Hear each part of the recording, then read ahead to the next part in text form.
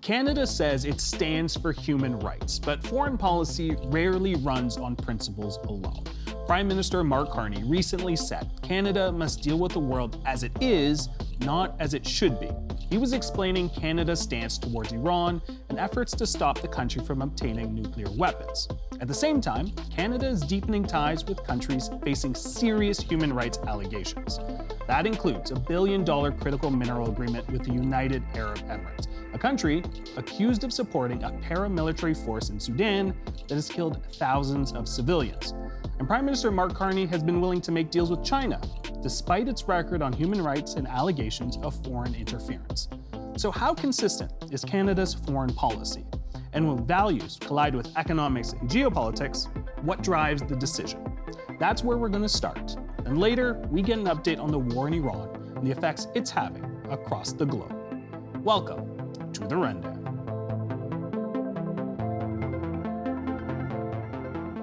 So if Canada says it's guided by values, but keeps making deals with countries accused of violating them, how should we understand that?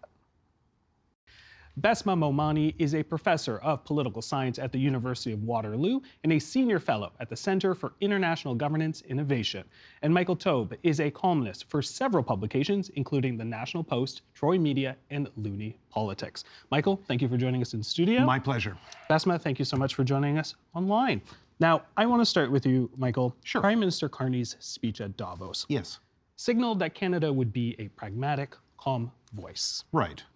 In a rather chaotic world at the moment. Of course. Yet many see his support of the attacks on Iran as a departure from that. Your thoughts? Well, I don't think very much so. Yes, I agree with you that Davos was the way it was. I wrote in the National Post, which didn't get a lot of great coverage on it, that I thought it was fine, but I didn't think it was this outstanding piece of great journalism. We have had great speeches from prime ministers in the past, conservatives and liberals both.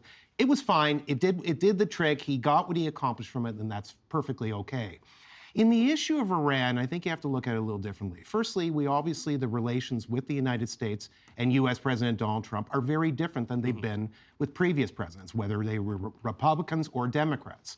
For that reason, you obviously have to have a bit of a balancing act, which, to Carney's credit, I will admit he is trying to do as best he can, which is, at times, taking a position that Canada wants to be out of certain conflicts and doesn't want to be heavily involved, which, would push people back sort of to the days of Jean Chrétien, the war in Iraq in 2003. It could be somewhat related to that. But in the same sense, he also wants to ensure that there is still a pipeline between Canada and the United States, no matter how difficult it is, and no matter what people, including people who are watching the show today, actually think of Mr. Trump. And for that reason, I think he balanced it out as best he can, which is that Canada is irritated with Iran, which is a totalitarian regime. They are tyrants, they are evil people, and they deserve what's coming to them, but Canada wants to just leave it at that. So more words rather than action. All right, Bessma, I want to get your take. Michael says the best that Mark Carney can do, but is this a departure from his Davos speech to what we're seeing right now? No, I mean, I agree with Michael on the point that it wasn't an amazing speech, but I think it was what needed to be said at the time, what people wanted to hear. And that was really an important part of this, is that I think a lot of people heard what they wanted to hear.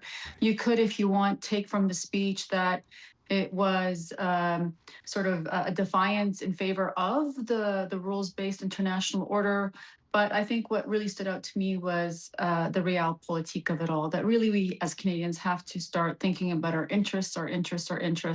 And that can sometimes come actually at the expense of some of our values and ideals. I mean, I would say that I think what Carney's trying to do is focus on what he's good at, which is getting this economy growing. This is an existential crisis that we're in with the trade wars with Washington. We have never, ever assumed that this relationship would be so sour. I think even in the heyday, as I'm sure historians can say, I mean, even, when Pierre Elliott Trudeau went to Washington, I think what we're seeing today is the worst of this bilateral relationship. And so I think what he is trying to do is keep that in mind at all times. And that's not necessarily going to make a lot of Canadians happy, because we kind of got used to this moral high ground that, frankly, the Trudeau government often took, sometimes ad nauseum, without a lot of, a lot to back it up with. It was just words and rhetoric, and not much else. I think Carney's more cognizant of what power we do have, and I think he's trying to play a very delicate balancing act. On Iran, I actually think for him the challenge was. And no one's going to, really defend the regime here, but it's more important that the reality of having a strong diaspora community in this country, that on the whole, I mean, it's not consistent, but on the whole was supportive of some sort of intervention.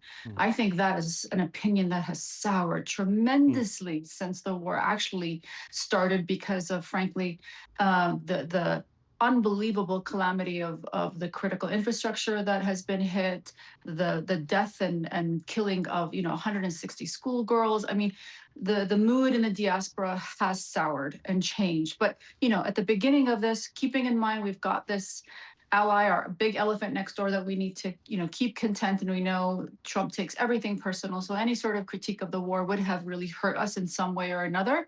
And then also the factor of our diaspora community, that on the whole generally we're supportive of some intervention. And again, I with the caveat of I think that mood has changed significantly since then. All right, I want to pivot away from Iran for a moment. Let's look at a few examples of our foreign policy that has come under criticism. We talked about the economy growing, so I'm going to talk about some trade deals.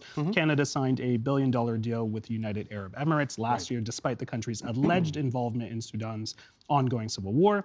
Canada has signed trade deals with India and China, despite allegations of foreign interference. Canada has condemned Russia's war on Ukraine as well, the ongoing war there. Given all of this, Michael, does Canada apply its foreign policy selectively? Yes, but I think you could say that most democracies do. I mean, unfortunately, politics is a game. It's one I've been involved in many years of my life. And as I said before, it has to be a balancing act. Sometimes you have to accept the fact that the actors or political actors you deal with are not necessarily your best friends every moment. So you have to balance it out as best you can. You use some good examples, and people have also said China as well. There's been an extensive amount of trade with that. That was highly questionable, based on years of issues that we had with the former Prime Minister, Justin Trudeau, and the Liberal government related to that. I think you do things the best you can, and I don't, I'm obviously no fan of Mr. Carney, and I don't think the economy is, as Bess was saying, I don't think it's going to be that great, but I recognize what he has to do. He's a far more competent individual than Mr. Trudeau. I would not argue that. And for that reason, he recognizes by taking his experience as a bank governor or working in the private sector and applying it to dealing with people from Donald Trump to the UAE and others, he can actually make a good go of it. And with the UAE, I think that a lot of people are looking at that with the issue of Sudan. You're quite right. At the same time, the UAE has been held in a very different regard in the West since they signed that deal to sort of recognize Israel and have better relations. For a lot of Western countries, that was a sign that the UAE had, shall we say, turned the corner. And for that reason, people look at them differently. Should they? That's questionable, but that's what they're doing. All right, I'll follow up with you, but Bessma, I want to get you in on this. Given all of this and what Michael has said, does Canada apply its foreign policy selectively? Absolutely. And there's lots of hypocrisy throughout history. It's undoubtedly the case. I mean, I think if you think of this, let's just do this very mathematically. 85% of our trade is with the United States. Right. What's left? 15%. And the truth of the matter is the areas and regions of the world and countries that are growing are not democracies, are not necessarily like-minded countries. This is not where we're going to make trade deals and where there are economic growth. So again, if we're going to put our interests first and foremost, in the case, I think, of of Carney, I think he is very keen and laser focused on the economy. You can't discount countries like China and India and the UAE. These are countries with pretty impressive growth. And I get it for a lot of us who really do feel, and it's almost a mythology Canadians have of ourselves, that somehow we're above all of that and we're just so righteous. It's really hard for us to come to terms with the reality that, wait a minute, we're going to do business deals with unsavory characters.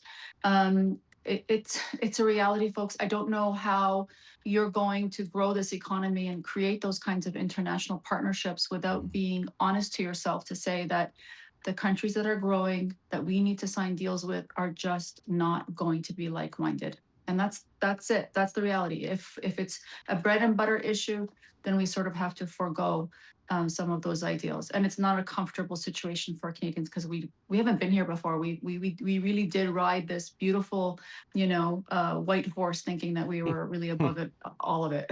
Michael, did you want to Well, add to that? sometimes Don Quixote is not great, but she's. Right. I agree entirely with what Bessma is saying, and she's right.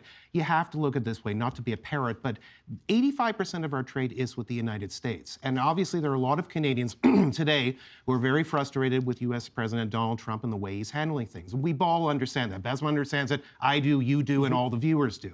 At the same time, you just can't ignore them. I know some Canadians think you can and basically state that, well, Mr. Carney is looking for all these other deals. He's moving completely away from the U.S. He's moving partially away. Whether that's right or wrong is a debatable issue and something we might discuss today.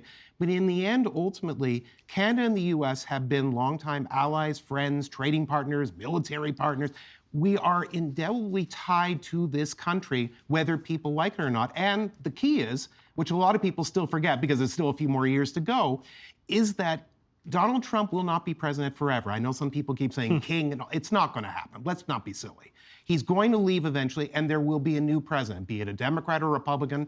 We'll see what things are like, but it will be different, and that's what we have to keep in mind. With everything that's been said, Michael, is there a disconnect between the kind of foreign policy Canada wants versus what it has adopted and what we've seen so far? Every government that's been in play, including Stephen Harper's government, who I worked for as a speechwriter, obviously we look at things very differently. You know, one easy example, and Lloyd Axworthy talked about it recently in his Toronto Star column, talking about the UN Charter, or the United Nations Charter. There are a lot of people, not just conservatives like me, who have written or said for years that the United Nations is a shell of its former self. It's not what the League of Nations once was, which was imperfect, but at least managed things with countries that were fairly like-minded. The United Nations, if you look sort of the ABCs, the agencies, boards, and commissions, and the way that people, countries that are totalitarian regimes, rogue states, and others got onto things involving nuclear disarmament and whatnot, which Iran and Iraq were both two examples of, it drove people wild and drove people mad to the point where you thought you had to reform it. Mr. Axworthy, with due deference to him, still believes that there is an important measure that the United Nations can do, and there are important things it can produce still in society. I'm less so of that thought, and I think a lot more conservatives are certainly like me, but some people on the left now recognize that if the United Nations is not what it once was, for example, it means that the whole game has changed. Much the same way for Canada, we have to manage our own affairs differently as well. What was past may not necessarily be present. All right, well, Bessma, I want to pick up on the comments about former Foreign Minister Lloyd Axworthy.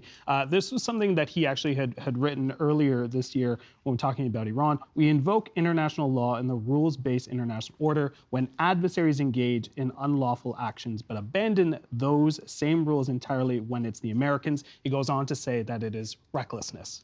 What are your thoughts?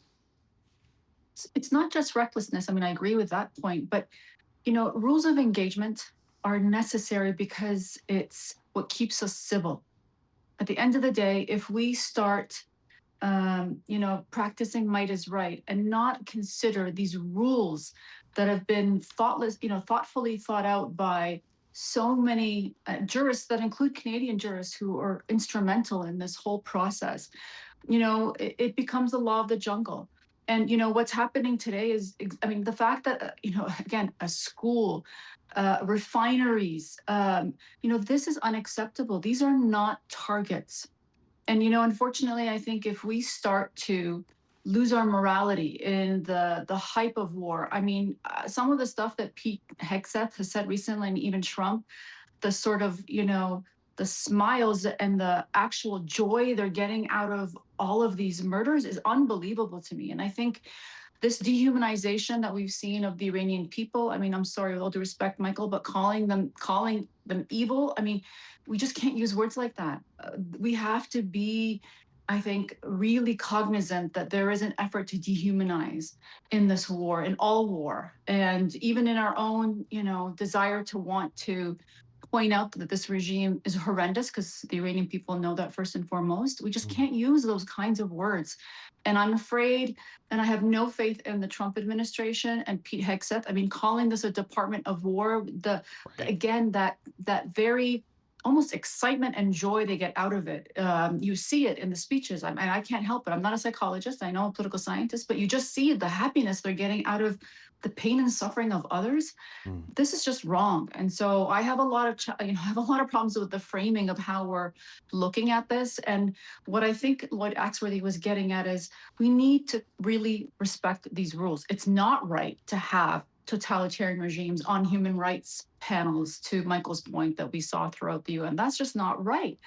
But we also have to be really careful in understanding that those rules are about keeping us civil in times where barbarity really has a way of, frankly, constantly, wanting to shine out. We need to try to tamp that and focus on ensuring that those rules of engagement are actually followed through. Michael, do you hear those concerns? I know what Bessma's saying, and I understand it. Look, the reason I use the word evil is I differentiate between the Islamic Republic of Iran and the Iranian people. The Iranian people are not. The ones who have come over to this country are peaceful, democratic-loving individuals who want to work in society for their families, for themselves. They are good people. They are frustrated by what they see overseas. They are furious that they cannot go home to their own country and that they feel unsafe. That's why I use it. But I take Bessma's point, and I'm not arguing it. Obviously, this is the way political people sort of are. We, we use our words in certain ways. But regardless, I know what she's saying, and I understand what she's saying. But I think you have to call a spade as a spade. And unfortunately, that's just the world I come from. So if you think something is bad, you have to say it's bad. You can't say it's good. It doesn't mean that you can't find solutions. And there may be a solution, whether it be the Pavlai, who has obviously been, is waiting, hopefully, to somehow come back, as he said, either as a temporary leader or as a leader of Iran, or someone else from within, internally, which Trump has actually said might be the best option. You have to look at it that way. So I don't have an issue with calling it evil, but I understand when people say that, and certainly it's a tense time. I get it. All right, Bessma, I want to have a better understanding of what you think Canada's foreign policy approach should be with everything that is going on right now. Look, I get the sentiment of wanting to be pragmatic, and I think that is the right choice. I think, Carney's emphasis on thinking about the economy, being laser focused on that is key. And actually, this war, back to what is in our interest, the prolonging of this war to the global economy is horrendous. I don't think we realize how terrible this is going to be on so many countries. CBC had a wonderful piece about, cooking oil being in shortage in India. We are looking at, this is the plantation season for much of the West.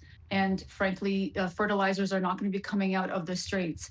This has never happened before. We've had so many flare-ups, in Iran and in the region, but to see the Strait of Hormuz completely shut, we haven't seen since the 1980s.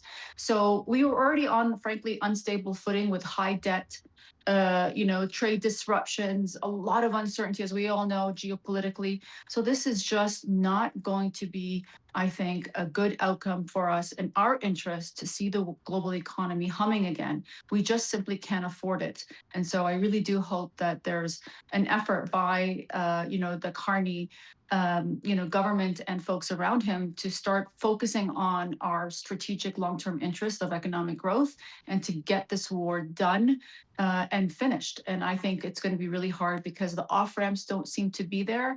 And we all know the Trump administration is honestly very incompetent in executing this war, but even worse so, it's not just the execution, it's actually having an objective and then wanting to actually meet what is those objectives. He does not know what the outcome should be. He thought it was going to be a Venezuela 3-day turnover, and there would be a Darcy Rodriguez inside, the Iranian regime who will say, yes, we'll just send you our oil and not a problem, and bow to the master. That's not happening. And so I think we are in for a longer run because, frankly, the incompetency in the White House just doesn't know what they're doing.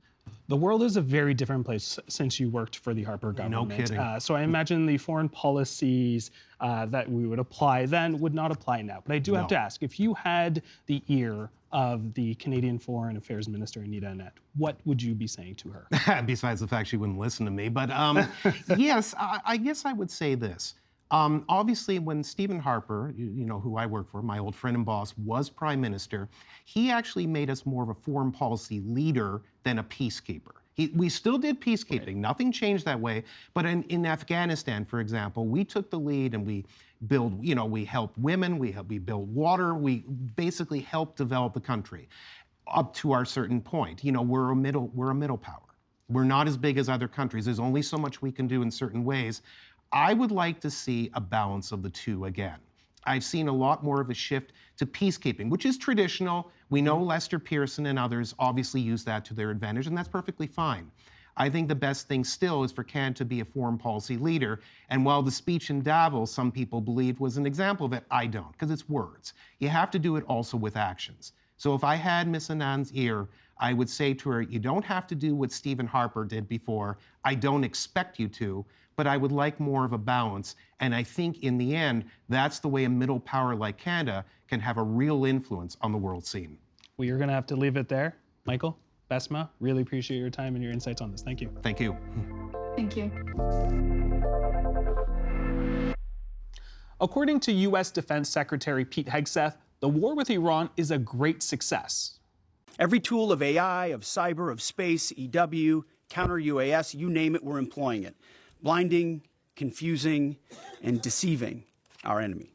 But there are serious questions about how the U.S. and Israel are conducting this war. On February 28th, for example, at least 175 people, most of them children, were killed at an elementary school. An initial inquiry found the U.S. was responsible. Are advanced tools like AI making accountability harder to pin down?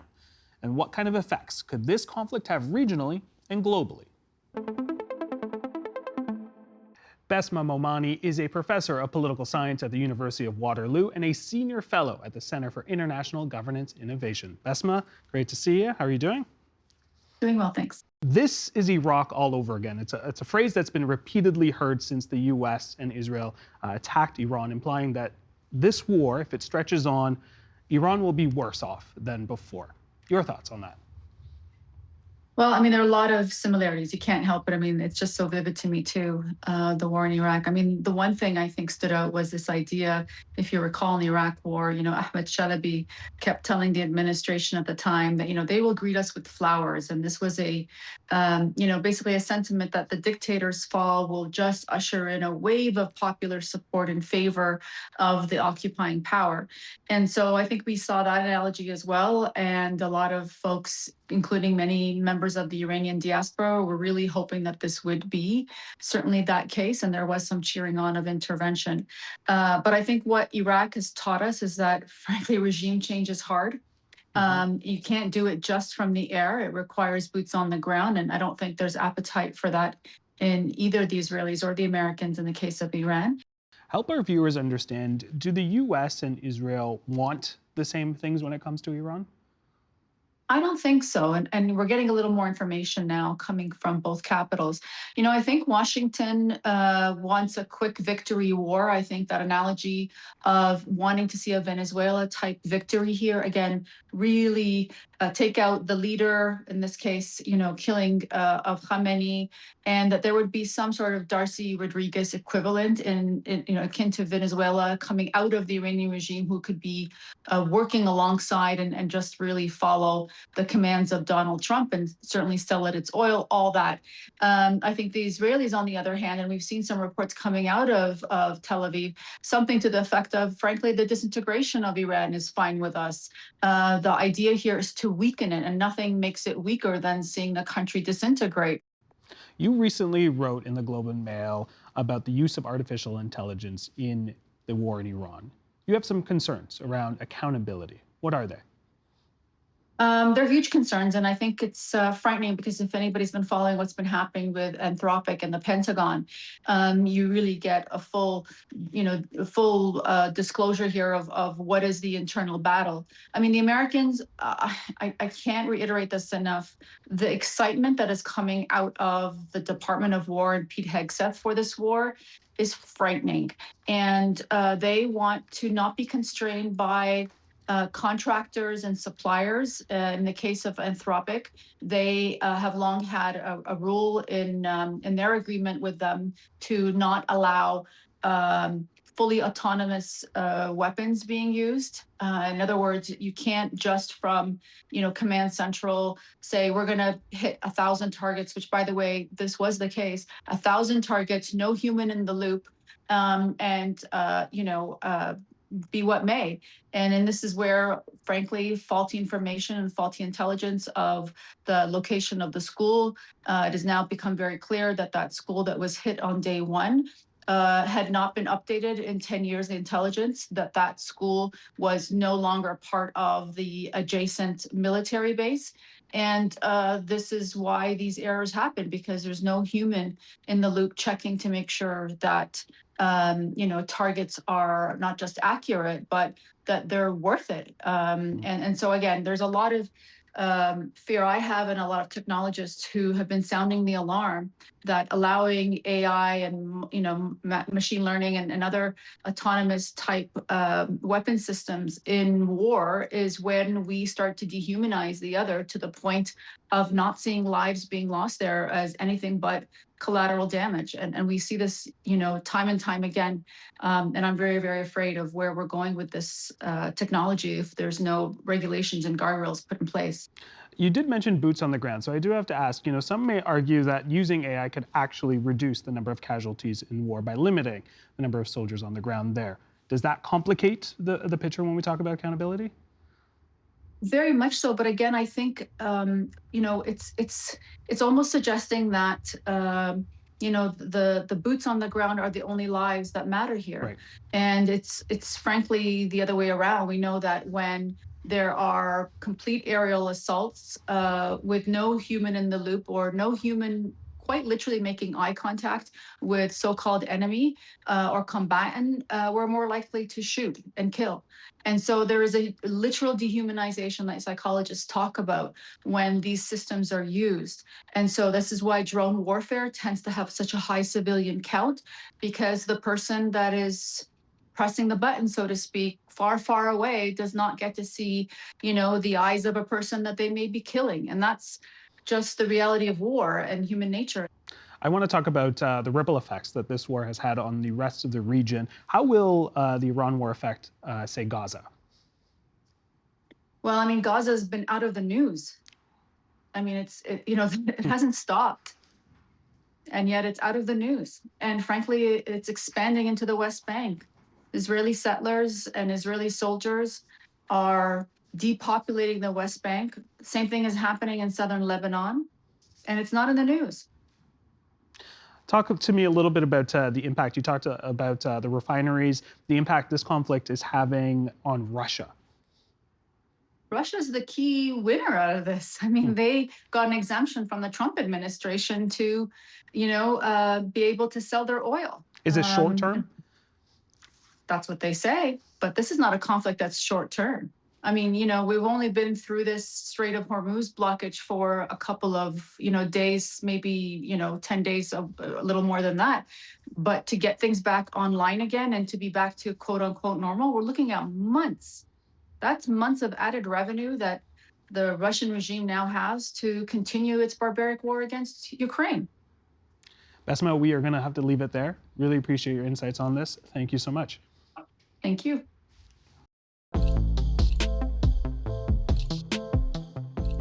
I'm Jan. Thanks for watching The Rundown. What do you want to know more about? Email us at therundown@tvo.org or reach out to me on social media. And as always, let us know what you think. Until then, see you tomorrow.